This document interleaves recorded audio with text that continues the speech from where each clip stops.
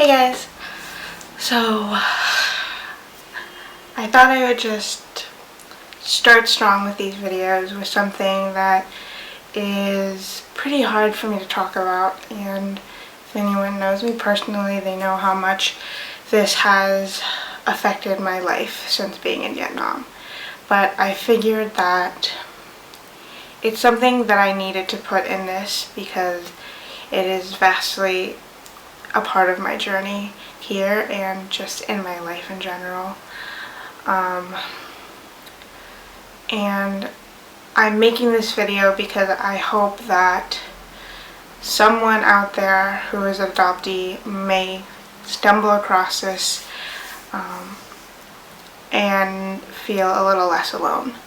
After this all happened to me, I searched YouTube for so many videos hoping that I could find something that resonated with me, and the truth is there's a lot of videos about adoptee reunions with their birth family, and it's very positive, or it's about rejection from the birth family, not the adoptee. So I'm going to talk about, now you know, my birth family finding me here in Vietnam.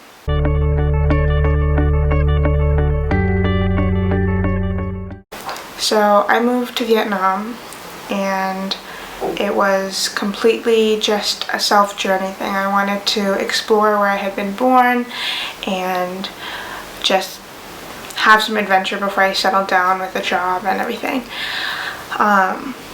I obviously, as an adoptee, dreamt of my birth family, and you know, it always has been this dream fantasy thing of finding your birth family and having this magical reunion and everything going really well. And I had planned to potentially search for my birth family at some point during my journey here, but it didn't unravel that way, and I guess that's something we all learn, is life doesn't go to plan. A month after I moved to Vietnam, my mom got a message from my adoption agency saying that my birth mother had started to look for me and wanted contact. Mind you, she did not know I was living in Vietnam. She thought I was still in the States, and she just wanted to have some kind of contact with me. And I went into some kind of whirlwind of shock, basically. I had no idea how to process this. When I was adopted, my birth mother was very poor, and I grew up not really knowing if she was still alive. So within 24 hours, I went from not knowing my birth mother existed here in Vietnam, alive and well, to getting in a car to the village she lived in to go meet her. I was already very, very overwhelmed going into the situation, rightfully so. My whole world basically took a 180, and I had no idea how I felt about it, but I didn't want to lose the opportunity to meet her, and I didn't know if the opportunity to meet her would still stand if I passed it up at that time. So I said yes. I'm not gonna get emotional. I got to the village, and everyone in the village was there, and I mean everyone. There must have been 50 people all waiting to meet me, and it was this big, basically return of this lost child for my birth mother and my biological family. I met everyone, and there was a language barrier which made everything harder.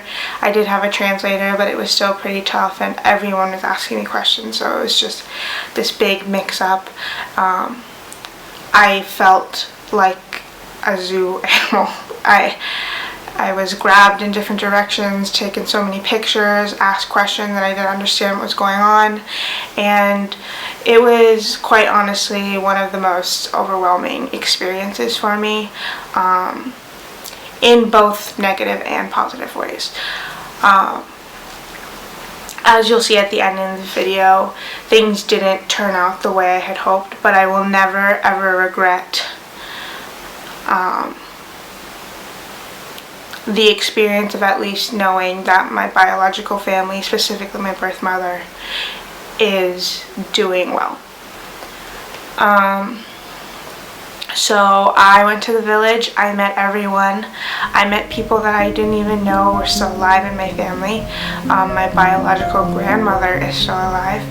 I had one half sister who married and had children of her own, so they would be my biological like niece and nephews, everything.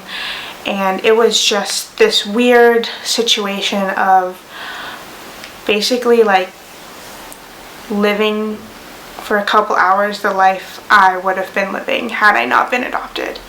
And it's really hard to explain, but it sends you into somewhat of an identity crisis, knowing that this is the house I would have grown up in, the village, the people that would have been like my family, you know.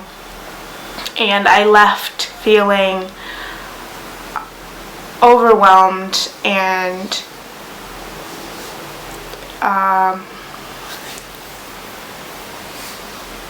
overwhelmed. I don't know how to put it in any other way. I just couldn't stop crying, and it wasn't positive.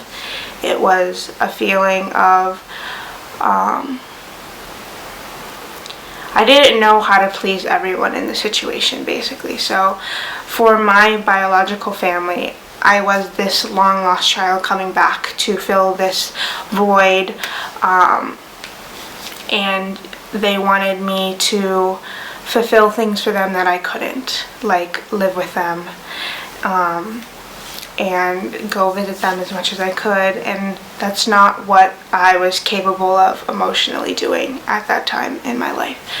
So I felt this immense pressure to uphold this, you know, expectation of this child coming home to them, but also knowing that I was very much part of my own family in the United States, the only family I have ever known. I was adopted very, very young, and to me, you know, it sounds harsh, but she was nothing but like a mere stranger to me. I knew nothing about her, and I had only grown up knowing my mother, because she is my mom. And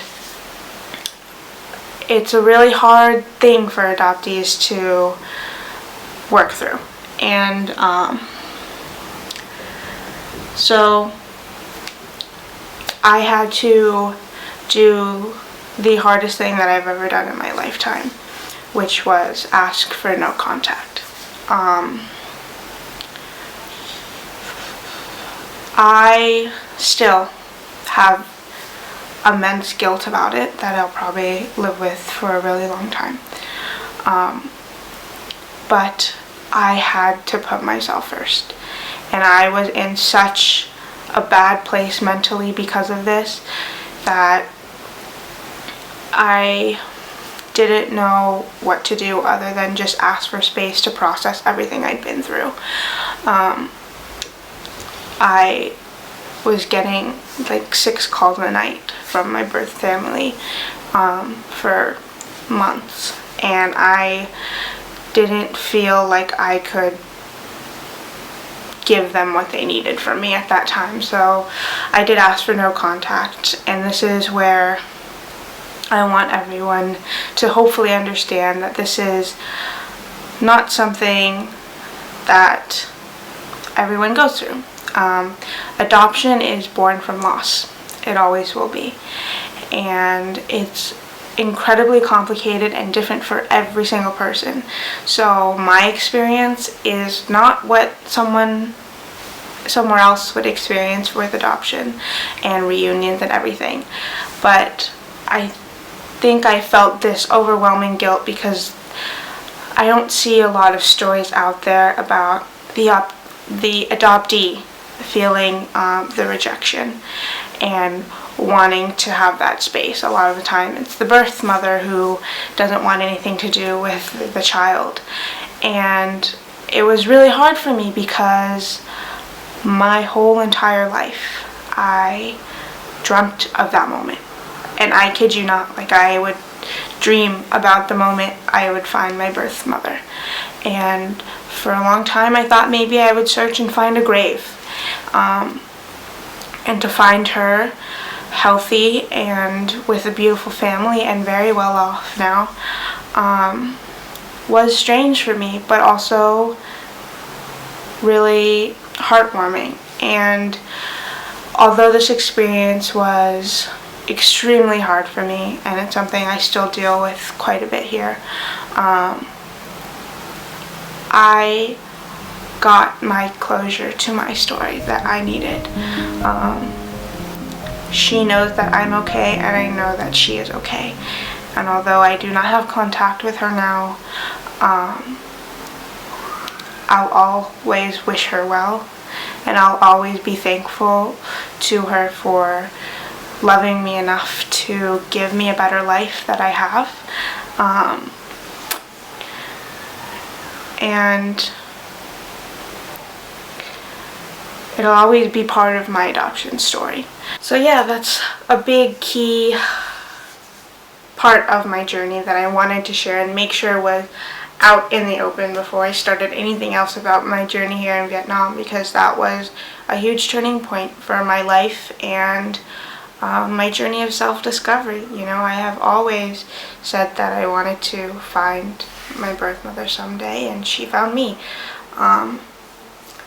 So yeah, that's the story of my birth family finding me and how it went. So I hope you guys will follow along on the next step of my journey so far, and I'll see you next time. Bye.